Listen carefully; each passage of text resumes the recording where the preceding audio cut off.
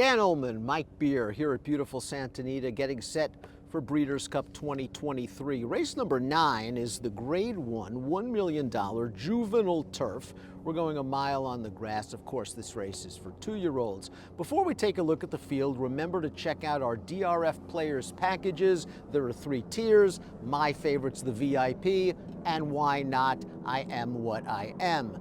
Your favorite handicapping products are there at great discounts. Learn more, shop.drf.com.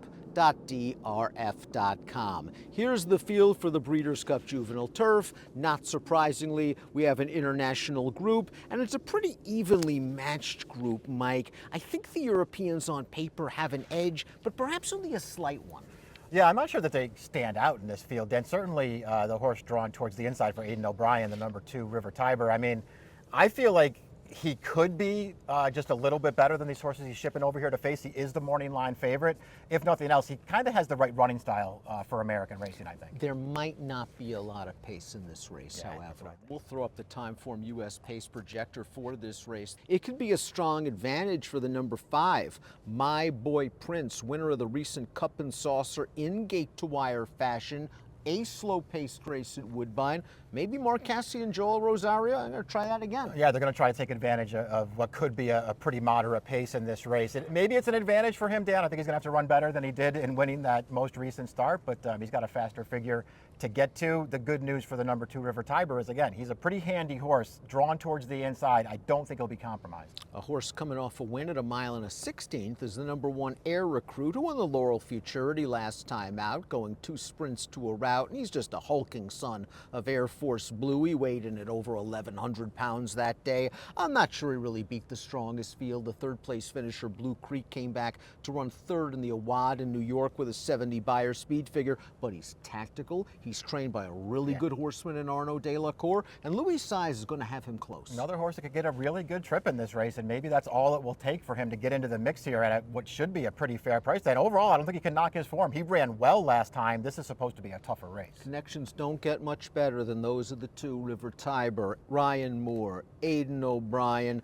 and Coolmore. This horse won the first 3 starts of his career, and then he just had the misfortune to take on the horse who's arguably the best 2-year-old turf sprinter in Europe, and that's Van Dijk. River Tyber's now going to stretch out for the first time, and I think that's one of the major question marks. It is worth noting, though, that O'Brien won the Juvenile Fillies Turf last year with Meditate, going a similar sprint to route move. Yeah, these seem to be the ones that he brings over here, the horses that are stretching out for the first time to run in these juvenile turf races, and it tends to work out for them. Listen, I thought he ran really well in both of those Group 1s behind Van Dijk, the undefeated Van Dijk. They tried to beat him from behind the first time. That didn't work out. So last time they went ahead of him. They still couldn't beat him. The distance, I think, works to this horse's advantage. He has the talent, and I think he's got the right running style. Tak Tak is up next. Now, he was 5th in the Bourbon last time out. His first race into the graded stakes ranks. Not a lot of things went right for him that day. He dumped his rider right behind the starting gate. He didn't seem very happy. He did get some pace. He had a little bit of traffic. Now Graham Motion's putting the blinkers on, and I wonder if that's just to try to get him to focus better. I'm not sure that I love an equipment change going into a race like the Breeders' Cup, but I can't knock anything this horse has done on the track. I liked his first 2 starts. I personally think he was going to win the Bourbon last time. If he could have gotten through on the inside in the stretch, he got totally shut off and lost his chance. But so far, this horse has run well in every start. Cassie might have the speed with the 5. He also might have one of the best closers in the race, at least to the North Americans, with the number 4 Can Group, who has proven to be a totally different horse on turf than he was on dirt. He's 2 for 2 in the grass, and he kicked everybody down in the Bourbon. But keep an eye on Tak Tak, who finishes 5th in this race, beaten 2 lengths. Mike mentioned the trouble, but Can Group took advantage of a fast pace in this race. He might not get that setup on Friday. Yeah, it'll be interesting to see what kind of trip he can work out. If nothing else, when you go back and watch that replay, Dan, I mean, he and Tak Tak got very similar trips from the back of the pack, but Tak Tak elected to commit to the rail through the stretch, and it didn't work out. This horse got a clean run down the outside, and he just got there. The 5 is My Boy Prince, and he earned a scintillating 95 Beyer speed figure in a synthetic sprint 3 starts back at Woodbine. That race led to him being favored in the Grade 1 Summer, a race where he set the pace and he was just not as good as the winner that day. Last time out in the Cup and Saucer, he got loose at 1 to 5 in a race where they ran 1, 2, 3 all the way around the track. I'm not even sure if the pace is slow, it's going to be as easy as that. Yeah, I don't think so either. I mean, not that, you have to just focus in on one race, Dan, and sort of hold it against him.